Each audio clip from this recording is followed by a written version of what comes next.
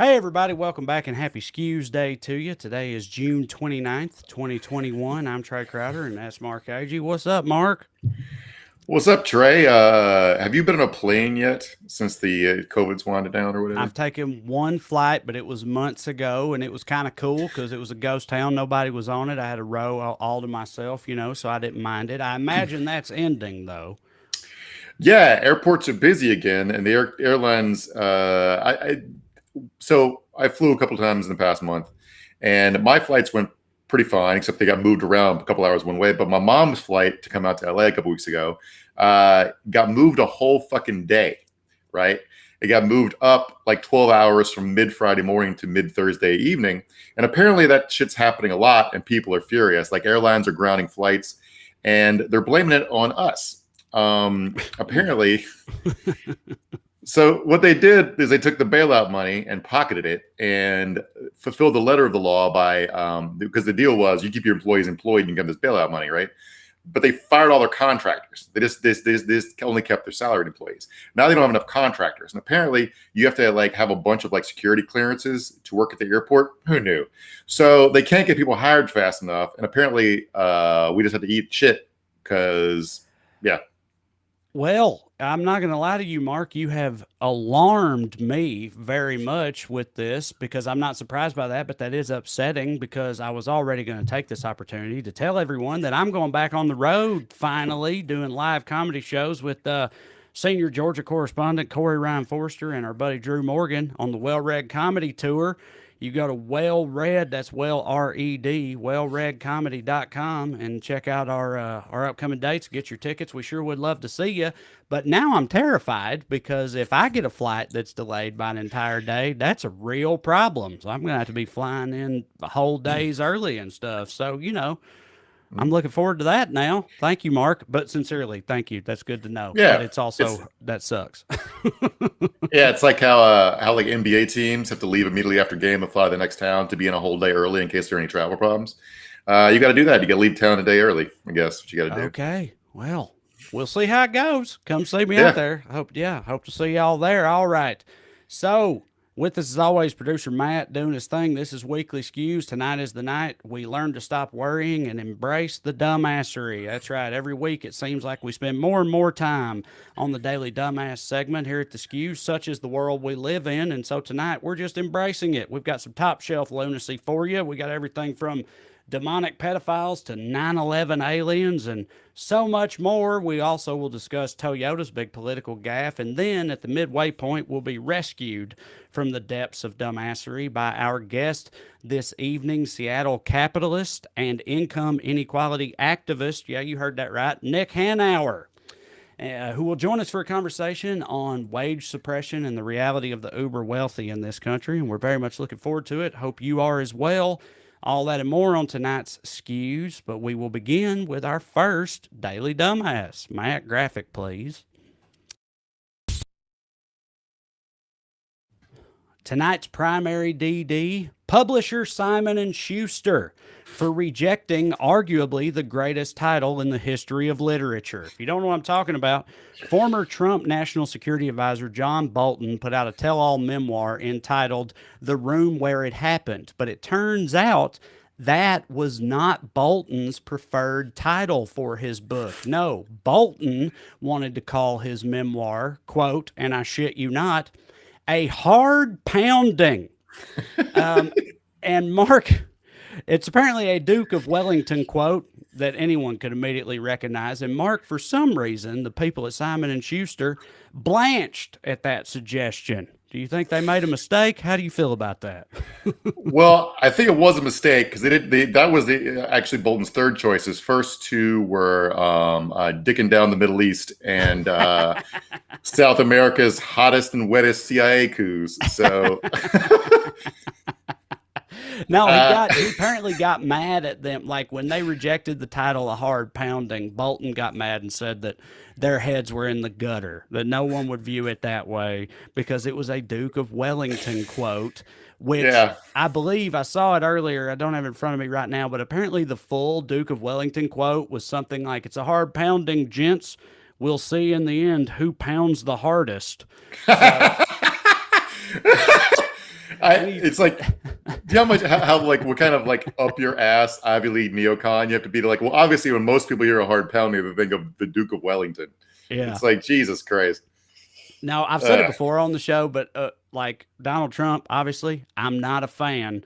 But one of the funniest things I ever saw him do was when this book first came out. He went on this tirade on Twitter that seemed to be out of nowhere. If you didn't know that the book was coming out about John Bolton, and it was just so that a sitting president was like, I'm paraphrasing, but he was like, of all the dumbass pieces of shit I ever encountered working in the White House, the dumbest, shittiest, quietest, loseriest one had to be John Bolton. He just went on a like midnight 15 tweet tirade about how much John Bolton fucking sucks. And, you know, I enjoyed it. Yeah, I mean, I detect no lies, man. The dude, when he's right, you know. Yeah. I'm still amazed that he wasn't able to like trick Trump into a big war or two. That's like that's one in Trump's column. Yeah, I agree with you. Everybody, I was worried that literally the whole world was going to explode once he got the codes and everything, and so far that didn't happen. So yeah, at least there's that. But speaking of Donald J. Trump, he is our first honorable mention for Daily Dumbass because he left the pedophile tunnels under the White House. That's an odd choice. You'd think he'd want to close those up, being the Kraken and all, or however all that shit works. But no, he just left them there. What am I talking about? Well, we'll let fellow Tennessean and longtime nemesis of mine, that's not true, but he's just been around as long as I've been around, Pastor Greg Locke, explain that and so many other things in a brief 90 seconds. He brings the heat right here. Matt, play the clip. I don't know why pastors don't talk about this stuff. Well, I do. They don't want to seem crazy. I'm already crazy.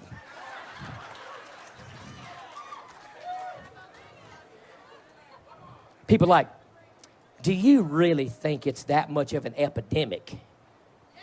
Do you honestly believe, how am I going to get somewhere crazy? Do you honestly believe, Pastor Locke, that the military uncovered tunnels beneath the Capitol building and beneath the White House and in the Five-Fingered Lakes? Do you really believe that they found kids? Yeah, both live ones and dead ones. And if you disagree with that, and if you try to discount that, and if you try to cover that, and if you try to keep that on the DL, you're just as complicit as Hunter Biden and the rest of them bunch of crack-smoking perverts.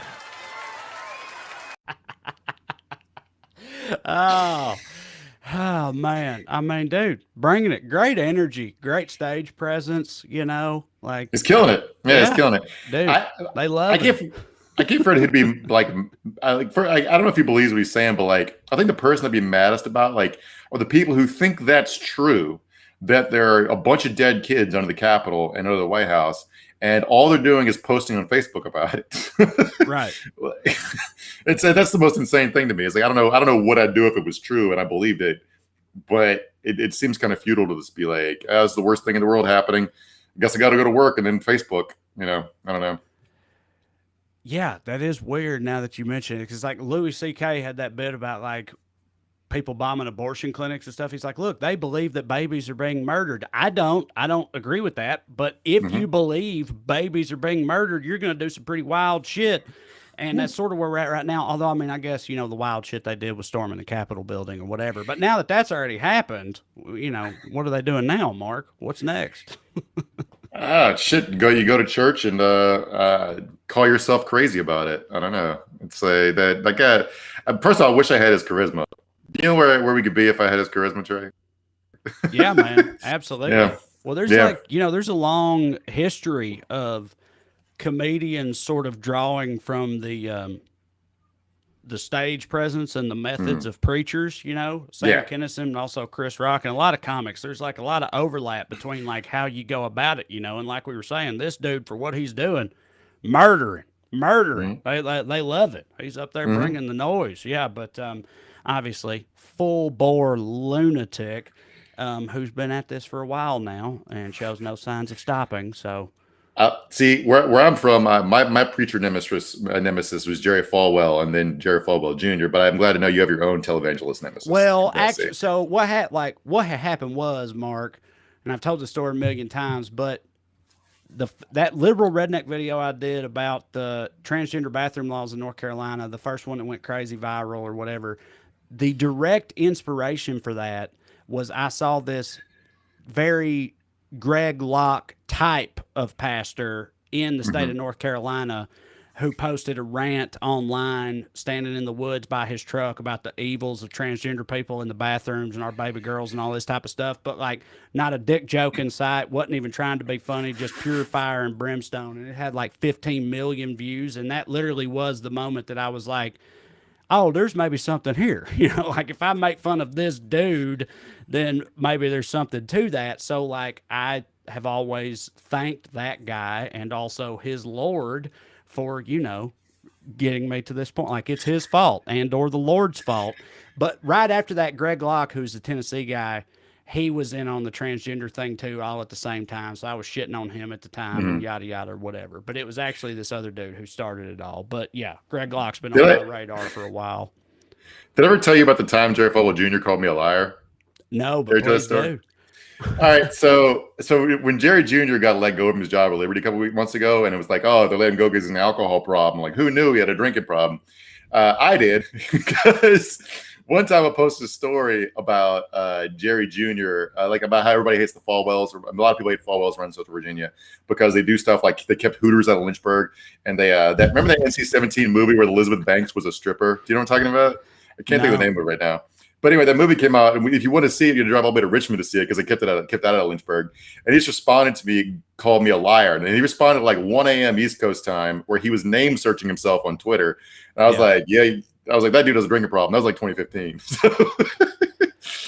Yeah, no, it's good, you know, good to have enemies like that, in my opinion. Next up on our list, talking about dumbasses, there was a Trump rally this weekend in Ohio, and he invoked the name of one of Ohio's greatest heroes. Who exactly? Well, it's kind of hard to say based on how he framed it. Matt, if you want to play this clip, pretty funny.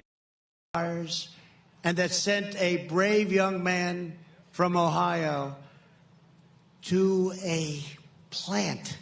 Think of it. You know who the man I'm talking about is? Who am I talking about? Do you know who it is?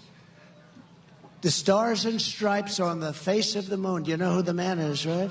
Do you know? Huh? You know? To a plant, Mark.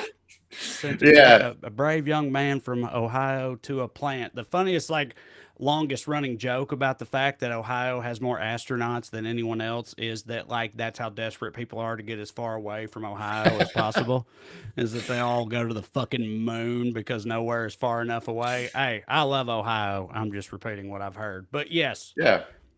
That's obviously a joke someone from Michigan came out with, so I dig it. For sure. Matt says he moved to... Matt is from Ohio, and he says, I just moved to Seattle. So, yeah, there you go.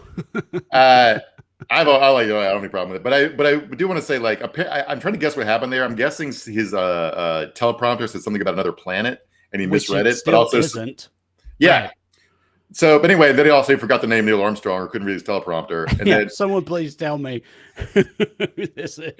It turns into a pop. About guy went to a plant or whatever. They're Send somebody to Chernobyl, or does he mean like a famous tree climber? What's he mean? A plant? Have you noticed that people, even sitting behind him, they always put the most loyal supporters behind him. Even people they were starting to trickle out and leave. You're seeing footage from there, like a bunch. He spoke for like 90 minutes. A bunch of people left like 30 minutes in. The people just like filtering out, like it was like you went to a Jimmy Buffett concert and you already played cheeseburger, so you just like start bailing, right? Yeah, it's just totally wild. He's lost it. He's gonna have the magic anymore. Yeah, I don't know. They're still pretty fired up, as our next entry will prove. Our next honorable mention for Daily Dumbass. Anybody who's upset at the fact that boys will be boys. Okay, that's what happened on January 6th. If you don't believe me, hear it from this attendee of Trump's aforementioned rally in Ohio this weekend on this interview with CNN. Do you think your guys who went inside shouldn't have gone inside or what? Yeah, I don't think anybody should have went inside, but, you know, when you're worked up in that moment and, you know, the adrenaline's pumping, I mean, it just happens. Are you worried that we could see more violence? Yeah. I honestly believe it's coming. So I don't know if you noticed, Trey, but so that clip, that guy was basically confessing to being there on January 6th and to be in the 3%ers, even though he denies going in the building. But the song playing in the background during the whole interview is "My Own Worst Enemy" by Lit, which I just the more this shit goes on and the more we cover it, the more it's like in my head, I'm like, I don't know, maybe I should believe in some type of God, or this is a simulation or something. It's just like there's so many things that are too perfect about that. Like, it's always the most on the nose shit, the details of this, because like you said, you got to strain to hear it, but in the background is the song "My Own Worst Enemy" by Lit playing while this guy explains the rationale for them rushing the Capitol and how it really wasn't that big of a deal. It's unreal. Why the power pop punk band from 2004 or what? Why is it was it 98? When was that? I don't know, but it's like, why, like, how is that the demo for a bunch of boomers? Well, dude, I mean, like, it gets so much more egregious than that. There was that famous viral clip of those people at a Trump rally or wherever that was, or maybe it was on January 6th, those people rocking out to "Killing in the Name Of" by Rage Against the Machine. Like, they have no self-awareness where that's concerned at all. That was in Philadelphia, right during during the election count. They're trying to stop the vote, but stop the steal or whatever. But yeah, the woman was draped in a Blue Lives Matter flag, singing about those who work forces are the same who burn crosses. It's like, you know what you're talking about. It's so weird how they can, like, clearly they know the lyrics because they can parrot them, but somehow don't in any way interpret them, because like lyrics like that, some of those who work forces are the same who burn crosses. I don't know how you misinterpret that and turn it into a Blue Lives Matter anthem. Like, if you told me it's like, oh, they just like the sound of the song because it's hard and gets you fucking fired up or whatever, that's one thing. But if they illustrate that they do know what the lyrics are, how the hell do you explain that level of cognitive dissonance, mental gymnastics? Well, I think the lyric they like from that song is "fuck you, I won't do what you tell me," which is their whole ethos, but not like the song is like workers telling it to bosses and poor people telling it to cops. To MAGA people, they're like yelling at like prescription bottles and like the weather report and like, I don't know, wearing shoes in stores and shit. It's like, Jesus Christ, that's what they think freedom is. I've also seen these people who obviously follow Tom Morello, the guitarist, on Twitter, whatever. He's a super liberal, always has been. Obviously. And he'll like tweet something and people be in his replies be like, hey, you know what? Why don't you just stick to playing the guitar? You know, the sort of like the shut up and dribble type of thing, which is so funny when it's Tom Morello, because it's like, hey, you know, why don't you just go back to raging against the machine, okay? Like, like, keep your politics out of it, and you just stick to raging against the machine. That's what we would prefer. Yeah. Oh, these people. I do want to step in for Tom here. I think he'd be offended you called him a liberal. I think he'd say he's a socialist or a hardcore leftist. But yeah. Okay. I'm sorry. Yeah. Yeah. Oh, all right. Next up on the Daily Dumbass Rundown, 90s comics who failed to realize that women not only be shopping, they also be driving. That's right. Women be driving. And so because of that, infrastructure is really a woman's problem. This is all coming from Louisiana Senator Bill Cassidy, who said, well, pretty much what I just told you. He said that roads and bridges are a woman's problem, because oftentimes it is the woman, aside from commuting to work, they don't do that, clearly. Aside from the whole work thing, it's the woman who's out driving around, taking children to schools, doing the shopping. More time she spends on that road, the less time she spends doing things of higher value. The subtext of this was fantastic because, like, there's no Meet the Press, and Chuck Todd was asking him, like, how are you going to explain your bipartisan vote for the infrastructure bill to the hardcore partisans, right, who think you shouldn't make any deal with Biden? And he was basically trying to reframe the infrastructure bill as pro-family values, saying, like, if you make better roads for the broads, they'll be home to cook you dinner. Right. Yeah, they won't be stuck out at the stores spending all your money shopping all Yeah. goddamn day. They'll be able to make it home and Yeah. make you a casserole and prepare your recliner and make your Manhattan and give it to you as you walk in the door and rub your feet and all that good stuff. If they didn't have to spend so much time out on these goddamn sorry ass roads. This is one of those things where it's like, dude, we need better roads. You know what I mean? Like spending money on infrastructure, I'm all for it. And it's just the way they compass. So it's like, the ends justifying the means or whatever. Like if he's going to vote for infrastructure bills, fucking that's great. But it's just hilarious the road they take to get to a, common sense landing point. It is like you can't just do good public policy. It all has to be filtered through the Bible. You can't, like, we just had a bridge collapse. Like a bridge collapsed a couple of days ago, last week, and hurt a few people. Thank God nobody was hurt, like the real bad building collapse in Florida. But like so you can't just be like, it's bad to get crushed by bridges. It's got to be like, if your wife gets crushed by a bridge, she won't be able to birth you any more offspring, like God wants. Yeah. Ah, man. I don't know. There's something else. All right. Next up, we got an update on that crazy ass Arizona recount that we talked about a couple times here on the show. Mark, QAnon, that's the subject at hand. So why don't you take us through some of this? It is hilarious. All right. So the guy we talked about before, the guy from Cyber Ninja Security, who's running he basically does computer software security, and he's not very good at it. He runs a shitty little company that's never done anything before. But he got hired to run the Arizona recount, even though he doesn't know nothing about elections. And so he's been presenting himself as this is a nonpartisan effort to uncover whether there was any vote fraud to restore faith in the election process, right? That's his pitch for it. But he also, it turns out, he's the star of this documentary that just came out called The Deep Rig, where his face is blurred out through the whole thing, but his voice was not disguised.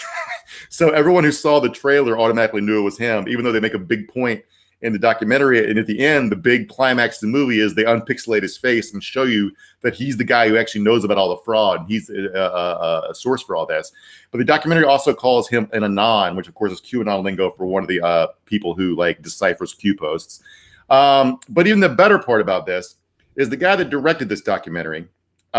His name is Roger R. Richards, so let's call him Triple R. He's had another documentary he made 3 years ago. And let's just start by showing you the trailer for it, because it is something else. Our differences worldwide would vanish if we were facing an alien threat from outside this world.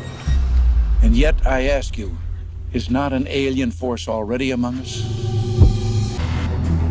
The Germans had a settlement on the moon, they had a settlement on Mars, and they were doing this as early as 1939. Between the age of 16 and 17 years old, I was transported to the moon, and after 20 years, I was age regressed back in time and then returned to civilian life. Extraterrestrial spacecraft have appeared over nuclear missile installations and have completely powered them down. All right. So, you get it. 9/11 aliens. In the trailer, it also says that the Nazis had a moon base and a colony on Mars in 1939. And that's probably the best part, but the thing that's even crazier probably, well, it's not even, let's say it's crazier, who cares, is this not in the trailers. Apparently the documentary argues that aliens were behind 9/11, all right? What the government is hiding from us is we are in a hot shooting war with aliens, and we are apparently holding our own. So that's pretty cool. Yeah. Now, Mark, listen, you know me, I'm into the alien stuff. I think they're here, but come on, the idea that they were behind 9/11, abject lunacy. Anyone could tell. But now that this is from this new documentary starring the man who's in charge of the Arizona recount, that it was brought to you by the man who made the Alien 9/11 documentary. Again, it's like I was saying earlier, every single thing related to these people that comes out, like every little detail, is just more absurdly ludicrous than the one before it. It's wild. Can I ask you, like, when you're triaging your priorities in life, all right, you're a person who believes, again, that we are facing imminent alien invasion, and you're worried about vote machines in an Arizona suburb. Right. Why are you wasting your time on that, man? You need to be fucking building the laser gun or some shit. I don't know. Wow. You'd be like that is practicing. a very good point. All right. So listen, before we get Nick out here in a few minutes, Mark, let's talk a little bit about tax stuff, rich people stuff. The latest ProPublica tax expose, Mark, which said what? So we talked a little bit about since the theme tonight is class war a little bit. There was a ProPublica we talked a couple weeks ago about their expose of like breaking down some tax filings they got a hold of from America's ultra wealthy. And the latest one is about how Peter Thiel, who was on the board of Facebook and founded the surveillance company Palantir. I can't think of the name of it right now. But he took a $2,000 Roth IRA, which he shouldn't have been eligible for, but he rigged his finances to look like a middle-class person. And he turned that $2,000 Roth IRA into $5 billion in untaxable investment income. And it's perfectly legal. What he did is perfectly fine. It goes against the spirit of the law, and he maybe engaged in a little light fraud too. What he did was once PayPal, which is a company he founded, went public, he had an analyst price PayPal shares at 0.001 cents a share, so you could buy that many shares with $2,000, which is how he turned it into $5 billion.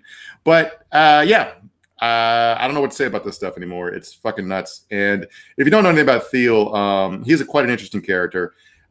He's a libertarian who thinks women shouldn't be allowed to vote. And he also finances a bunch of lunatic right wing. He's also bankrolling J.D. Vance's Senate campaign. So that's a little bit of a connection to our world. Yeah. No, it seems like I don't know. They both play by different rules than the rest of us, but also that's not enough. They exploit the rules that do apply to everyone else. Do you know what I mean? And so with that said, let's bring our guest out here. Our guest this evening is Seattle-based capitalist and activist who in 2015 founded Civic Ventures and Civic Action, a group of political troublemakers devoted to ideas, policies, and actions that catalyze significant social change. By thinking, writing, and acting outside the realm of conventional political discourse, Civic Ventures drives the economic conversation and fundamentally alters the status quo in Seattle, Washington State, and the U.S. at large. He's also my good buddy from way back. That's right. It's Mr. Nick Hanauer. Nick, are you there? There he is. I think I'm here. Hey, you're here. Okay. Good to see you, man. Good to see you. It's been a while. I'm doing good. That's Mark Agee there, my venerable co-host, and we're thrilled to have you with us. Good to see you. So, Nick, the first thing I ever found out about you, so people don't know what the hell I'm talking about, you and I have done some things in the past, made some videos together, things like that.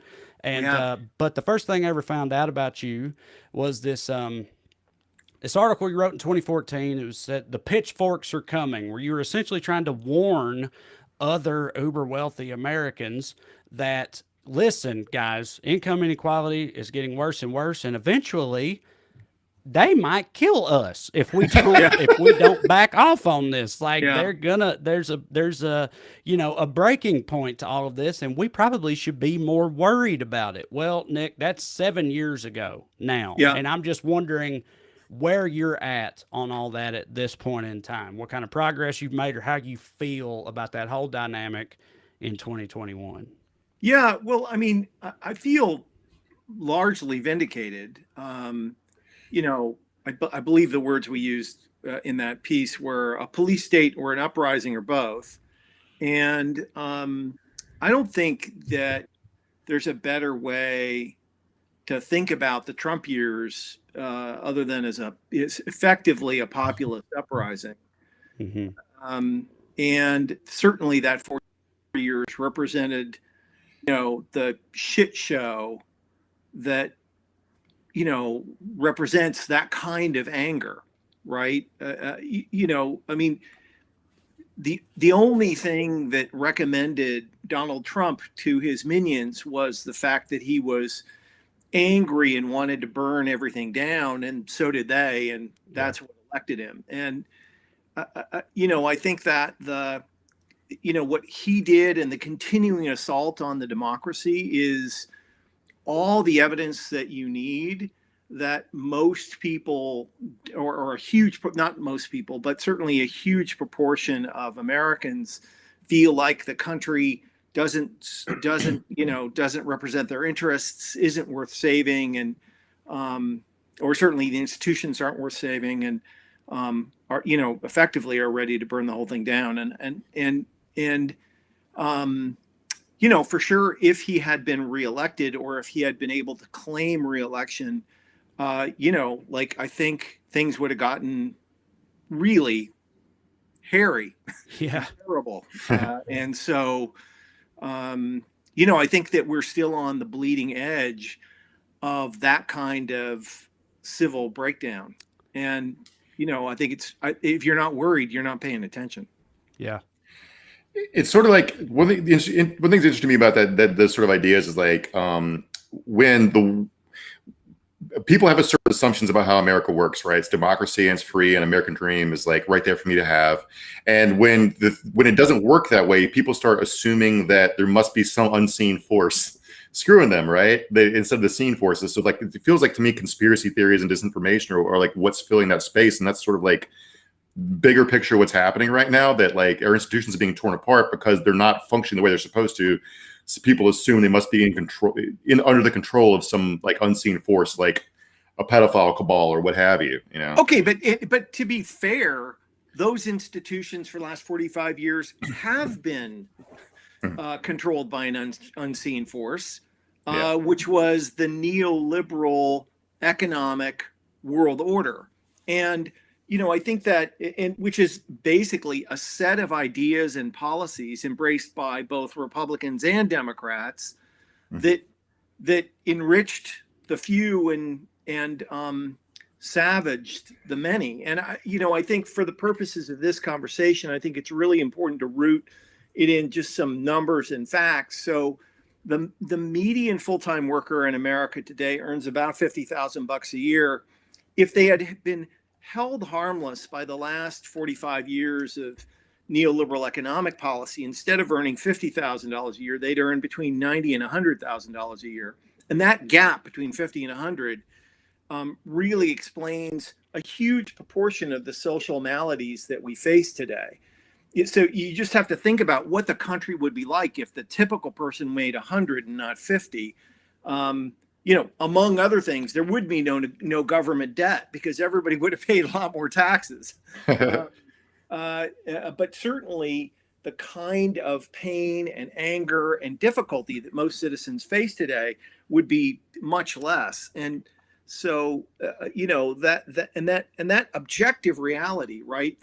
Just the facts of the matter are that for most people, they saw their lives get shittier and harder, while a few of us, you know, lived beyond the dreams of avarice, right? And, oh, shit, sorry.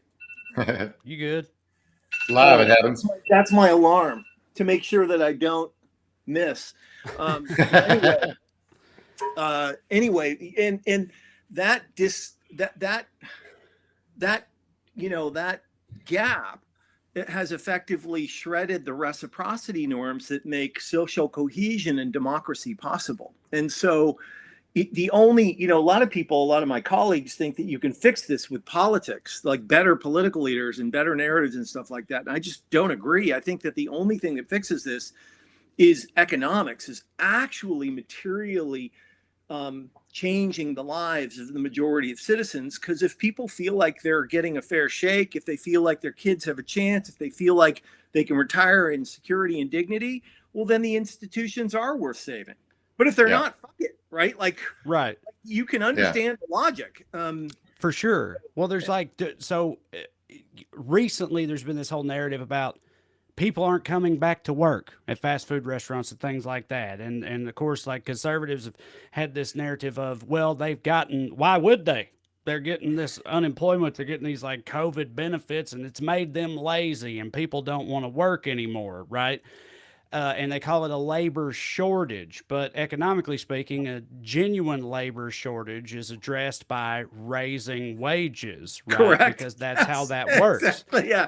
And they won't do that and still continue to push this false narrative. And it seems pretty simple, but that's how stuck in their ways they are when it comes to not paying people anymore. Right. That's right. And you have to remember, I mean, all of this is bullshit. So first, if you examine the rate at which folks are able to hire people in the states where they've cut off these UI benefits versus the states that still have them, you will find that the rates at which people can hire people are the same, right? Which leads you to believe that whether people are getting UI or not doesn't seem to have any effect on businesses' capacity to hire. It turns out that it takes anybody who's ever hired a bunch of people knows that it takes months and months to sort through candidates to find folks to hire. And, that downturn scared the crap out of most business people, and most people, radically shrank their operations, and now they have to gear up, and it's hard and it takes time. That being said, I do think that the pandemic forced a lot of people to re-examine their lives and ask a bunch of, I think, important, smart questions about what they want to do with the rest of them. And it may be very true that a lot of people who had really terrible, shitty jobs before may be pursuing other paths. But, the Republican answer that the way to manage a society is with fear and sort of privation, that if we just make people poor enough, they'll do whatever we want. Because if they don't come to work for us, they'll starve to death. I don't think that's a great way to govern. No. Right. Well, it's also this idea of if you work hard, you will succeed in this country. And it's like these people are working their asses off and can't pay their rent, don't have health insurance, and that's whatever, all that. And so they reach the conclusion of, well, fuck all that. What is the point of doing that if that isn't how it actually works? That's right. And so you had a recent article in The Hill talking about wage suppression. Correct. Keeping the wages down. You've been advocating for a higher minimum wage for years now. Yeah. Do you think that this whole recent dynamic with people having trouble hiring and this whole conversation surrounding it will make any kind of difference in that regard? Or where do you think we're going in terms of wage suppression and the minimum wage? Well, I think that, the article that I co-authored was with the main author, a guy named Larry Michel, is one of the country's leading labor economists, who did an analysis of why wages didn't keep up. And the conventional view, like the story that most Americans have been told and that they bought over the last 30, 40 years, is it's these inexorable, unchangeable forces in economics, like automation and globalization and stuff like that kept people's wages down. And this turns out to be a complete lie, that basically people's wages stopped growing because of a set of very deliberate things a bunch of very powerful people did in the service, theoretically, of growth to actually suppress wages, right? So if the minimum wage had tracked productivity gains, today it'd be about $22 an hour. And obviously a bunch of people worked super hard to make sure that did not happen, right? Let me remind you that if you work if you're a tipped worker, the national minimum wage is $2.13 plus tips, which is suspiciously close to slavery. I mean, at what point $2.13 is almost zero, right? It's kind of crazy. And that piece of work was important because it showed people that this didn't happen to us. We did it to ourselves effectively. And that's the bad news. The good news, of course, is you can undo it. You can enact a new set of policies that can substantially increase wages for folks, and we should. And the gap between what folks in the bottom ninth are making and what they should make is about $2.5 trillion per year, which is the amount of money you could transfer before you felt like you had gone too far.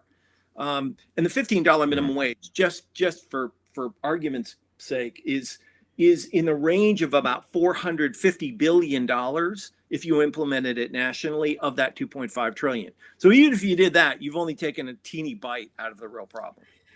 I was going to say, in your Hill article, you point out that the 43% gap between productivity and median compensation, right? And you also started pushing for a $15 minimum wage, I think, in 2013, which, of course, inflation would make that $17, $18, $19 by now, or whatever. So like Correct. that's all that even that Fight for 15 is like a good example of the productivity gap because it's already old, right? No, that's right. Yeah, we started the first time we talked about a $15 minimum wage was in the fall of 2012.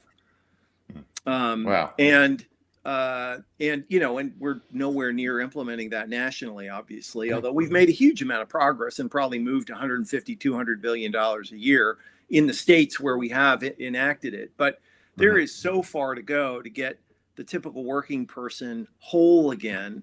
And you know, that's again, that's the bad news. The good news is that, you know, these are not revolutionary steps. This is the frustrating part, is like we could very easily fix most of these problems. And would rich people like me make a little bit less? Yeah, we'd make a little bit less, but we don't have to tear the whole country down to get everything back on track. If rich people paid a little bit more in tax and big corporations were required to pay people enough to get by without food stamps, and we did 3 or 4 other things, you know, you get to $1.5 trillion, $2 trillion pretty quickly. I mean, we do have to unscrew our healthcare system, which is basically the world's largest price fixing scheme.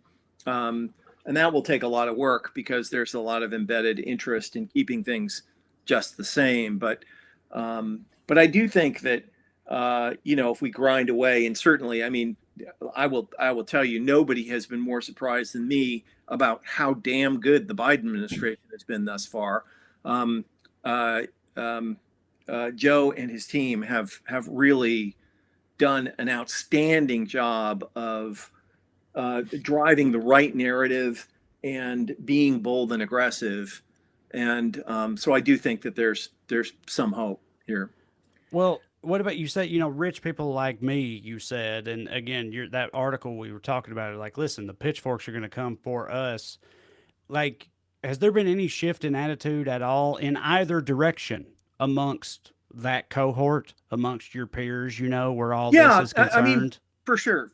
I mean, you know, like when I started talking about inequality in 2008, 9, 10, people like in my peer group, people got defensive and angry. Like if you even brought it up, people would, first of all, nobody would even agree that there was inequality. And if there was, it's not my fault and blah, blah, blah, blah, blah.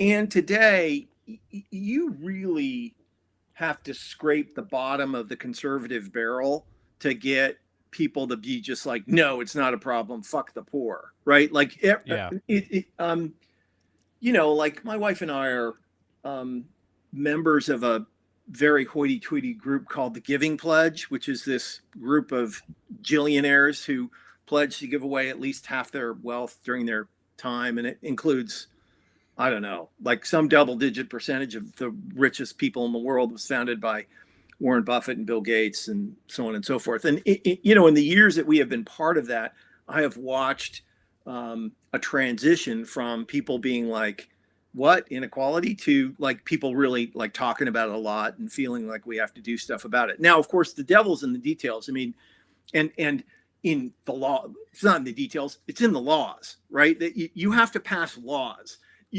Nothing will change because rich people feel bad, right? That is not good enough. The world does not operate on the kindness of strangers. It's that whole like big government thing, you know, that they argue against, but you have to, you know, like the EPA where the environment is concerned, like they're not going to do that stuff themselves. They're just not like, you have to force them to do it. You have to regulate these people. You have to force them to pay it. And that kind of opens up the question of these, you know, loopholes we were talking about earlier, you know, that ProPublica article about Peter Thiel and the Roth IRA. Saw that. So like, what a douchebag. Right, for sure. So, absolutely. Yeah. On like, what do people, regular people, like Mark and I and our listeners and most of us, like not truly grasp about the reality of the uber wealthy in this country where all that is concerned, you know, how all that really works. And you wonder why people are pissed off. Right. It's like, you know, I can't pay my rent and this guy is using a Roth IRA to salt away whatever it is, $5 billion. Yeah. What a douche. You know, you know, here's the thing is that, you it's just a truism of human behavior that, given any system, there will be people who try to game it. Right. Right. And the reason that standards are so important is that if you don't hold folks to a high standard, the terrible people like Peter Thiel drag down everybody else. Right. Like there honestly are lots of people who run big companies who would love to pay people 15 or 20 bucks an hour. But if their direct competitors are only paying them $7, you're existentially threatened if you do the right thing. And that's why it's not really fair to look at a big company and say, well, how come you don't pay 20 bucks an hour? You should do it. It's the right thing.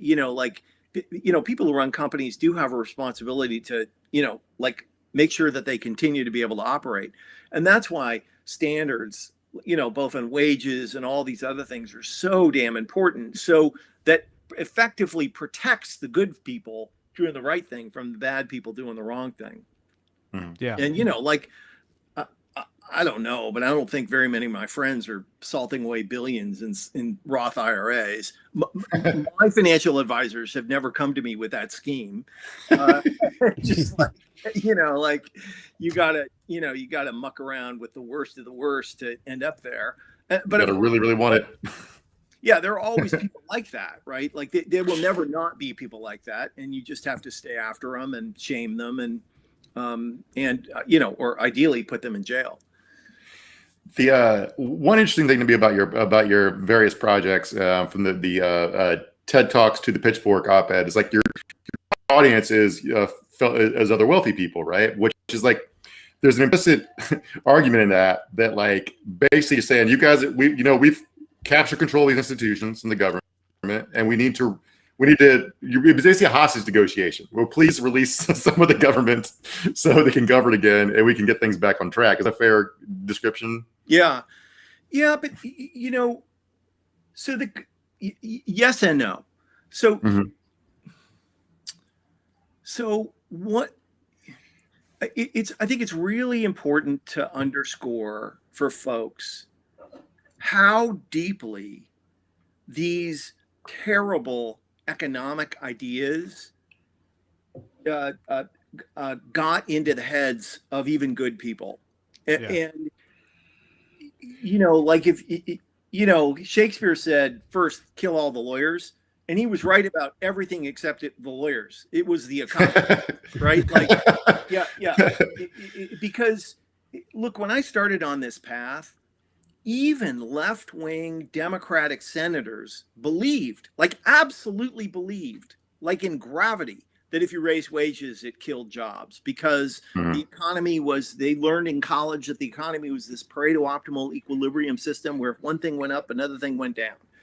And so good people on our side enacted policies that harmed most people and made a few people rich, all the while absolutely believing that it was good for everybody. And that set of ideas we call neoclassical economics, and the weaponized kind of public version of that we call neoliberalism, which includes things like raising wages kills jobs and tax cuts for the rich create growth, and regulation is bad for productivity and growth, and people are paid what they're worth, and on and on and on. Just a bunch of ideas which are internally consistent and supported by traditional economic thinking, but are just not true. And so a lot of what wrong, some of what went wrong was from nefarious bad people, but some of it was just good people trying to do the right thing and fucking up. And that gives me hope, because if you kill neoliberal economic ideas and neoclassical economics, and we are doing a good job of that right now. Like we have these people on the run, and get people to recognize that, raising wages doesn't kill jobs. In fact, it creates jobs, because when workers have more money, they buy more stuff and people hire people, right? If you can begin to crack this open, you create a green field for better policy, and you can get a lot of great stuff done. And for every one of me, there's 9,999 of other people, right? Like, we do live in a democracy, and if you can get people to begin to see these facts, whether they are Republican or or Democrat, you can begin to drive policy in the right direction, right? Not all Republicans are brain damaged racists, right? Yeah. Like some of them just want to live decent middle class lives, and you can teach those people that those are lies too, and you can create a super majority of people who actually prefer economic policies that benefit the middle class and lead to actual economic growth rather than a few people basically stealing shit like what's going on in Wall Street today. So okay, kind of on that note, first of all, Dick, thank you for joining us. It's been great, as I knew it would be, but you kind of touched on there, like this mission you have, right? What do you got going on right now? How can people check it out, support it? What do you want people to know, that type of thing? Just make sure you plug what you need to plug, man. Fight the good fight. I'd love for folks to follow me on Twitter. I'm at Nick Hanauer. And, our mission, and, we collaborate with a bunch of people, is to tear down neoliberalism and replace it with a new set of economic ideas. So the next set of economic policymakers and political leaders enact policies that benefit the whole country and normal people rather than just people like me. And, I don't do that because I love to pay more tax or because I'm just such a, moral dude. I just want to live in a country where I can drive down the street and not feel like I'm going to get carjacked because people are so poor or pissed off. Yeah.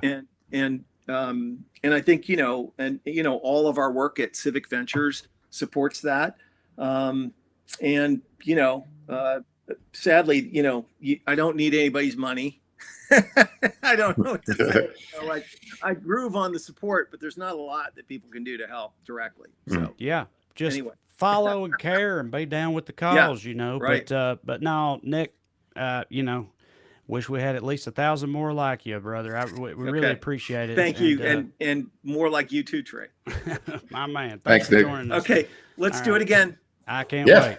Okay. See you later. All right, bud. All Take right. care. Nick Hanauer, everybody. Yeah, I appreciate his optimism, towards the end there. Like, we can do this. I hope he's right. It seems like it's a manageable thing, making people realize that they're being fucked over, whatever side they sit on. So, we will see. All right, so we can get into the questions and comments. We said let's at least mention Toyota's bullshit. So, as y'all are sending us the Q's and C's there, Toyota, it was determined, donated more than anyone else to the group of senators, the group of Congress people who voted. What was it? Yeah, the top to stolen election conspiracy loons in Congress. All the people who said the election was stolen. It turns out Toyota was the highest supporter of those people, generally speaking. By a mile. On average, $55,000, like across the 30 some odd Congress people. No. So here's the funny thing about this. I think it was $55,000 total they donated. Oh, what? Really? Yes. Wait, so hold on. What? Yes. This entire number we're talking about is 55. I literally just assumed it was like on. Okay. Yeah.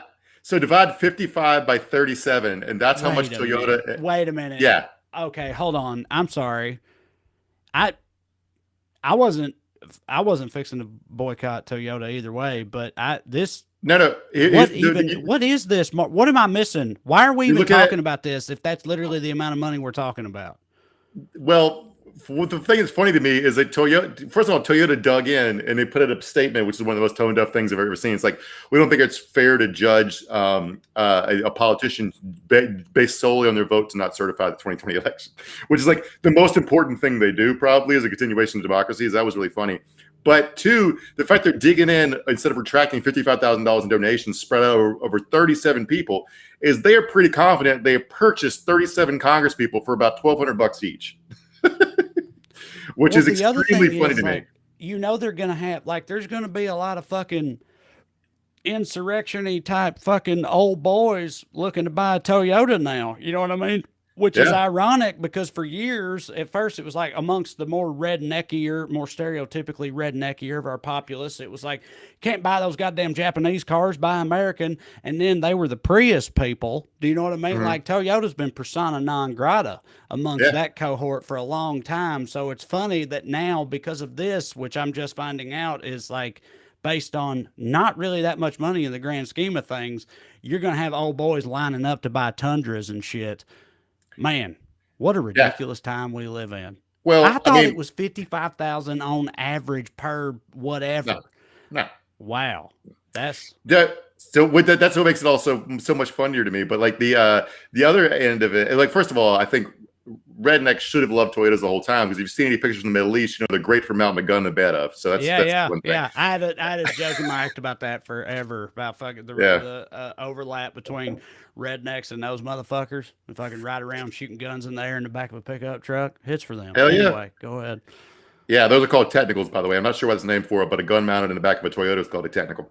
But but also like the lib flip out at Toyota is really funny, because it's like, why did you think Toyota was a good company just because they made Prius? Everybody here drives a Prius. Like you thought that like they weren't a corporation, but also like I guess the logic of Toyota is if there are people who need to buy a Republican congressman, it's a foreign car company known for having a lib demo who makes electric cars. So they could be the object of a ton of like regulation from like nationalist economic people. Like the other thing is like, maybe it's just me, but as a liberal, like it's weird to me that any of us have a standard for corporations. Do you know what I'm saying? Like my assumption is that they're all fucking nefarious, shady, and you know, like they're corporations. Like I don't like. I don't know. I'm just not. They don't have morals. Any of this type of shit that ever comes out. It's like, what do you think Toyota was doing? It's just weird to me. Corporations don't have morals. And by the way, just look up what Toyota was doing during World War II if you wonder why they were if they would support right wing political fanatics. Anyway, just. Yeah, I don't know. I don't understand why like we got to project like everything's branding now. Everything's that we all think our purchasing power is politics, and we think it's like that's the way you do things. We've got to like this corporation's good and that one's bad. It's like no, you got to like Nick was talking about. Like some people are bad. Gypsy Mama, I like this. Good point. Well, Ford went and made that communist electric F-150, so that's true. How the tables have turned. You got Ford out here making these commie electric trucks while Toyota's supporting the true patriots. Who'd have thought? Yeah, what I'm saying is like you can't be like this corporation's good, this one's bad. That's why you have to have rules. You get like Nick said, you have to have a rule for people to follow. You got to enact laws, otherwise, because it's always a race to the bottom with these motherfuckers. Like it's like everybody's trying to grab back the last dollar they can. I would just assume that any massive corporation on the level of Toyota donates all kinds of money to all kinds of candidates. Would have been my before I even heard anything about this story. If you just asked me, I would have said, "Oh yeah, I'm sure they'd make all kinds of donations across the board to everybody." Because why wouldn't they? You know, they're playing the game at that level or whatever. I'm still blown away at the amount of money we're actually talking about. I completely misinterpreted that, and it's very easy to do. Wow. But so, but like you'd think like if companies were forward thinking at all, Toyota should be supporting the people who support the Green New Deal, because higher fuel standards would sell a bunch of fucking Priuses. But they're living quarterly report to quarterly report. They're just deathly worried about Republicans passing a law that says a certain percentage of vehicles have to be run on gas, because they're doing shit like that at the state level, trying to fuck over renewable energy. So it's like, yeah. Also, just the fact that like, the thing that's really fucked up is that, you know, like you said earlier, it's like, oh, they've bought all these congressmen for this amount of money. And it's like the fact that that can even happen. Do you know what I mean? Like that's almost just taken for granted in this conversation. You know, it's like you donate money, you curry their favor. And it's like, yeah, and that's fucked up like that. Why the hell are we still doing that? Aaron McCullough, friend of the show, says, I'll never buy one of those fascist Toyotas. I'll stick with a true patriot brand like Nissan. That's right. Yes. All-American Nissan. Yeah. Yeah. It's all just, I've also seen it pointed out before that like in the world we live in today, like this consumerist society we're in, it's literally almost impossible to like ethically consume anything. Do you know what I mean? At this point, which I believe to be true. And I know that's like cynical and defeatist or whatever, but I also think it's just the reality, you know? So no, I mean, every piece of clothing I'm wearing, I bet was made by a child. You know, it's like I don't know, like it's like so you bought a Prius, okay, with a lithium in the battery, probably came from a mine in Bolivia that was obtained via a coup. I don't know. It's Right. like I don't know what to tell Or you. if you're tweeting condemning Toyota from your iPhone or whatever, Yeah. right? The classic Yeah. example. Like, you know, Yeah. it's yeah. Well, you know, hey, there's no hope, nothing hits. That's our closing note. There is hope. There There is is hope. hope. I believe so. I believe Vote for so. people that can change shit. All right. As a reminder, I'm going on tour again for the first time in over a year. Please come see me. Go to wellredcomedy.com. Well, R-E-D, comedy.com. Get your tickets, see the dates, and yeah, come see me out there on that old dusty trail. I sure would appreciate it. I'm Trey, and that's Mark. Thank you all for joining us. We'll see you next week on Weekly Skews.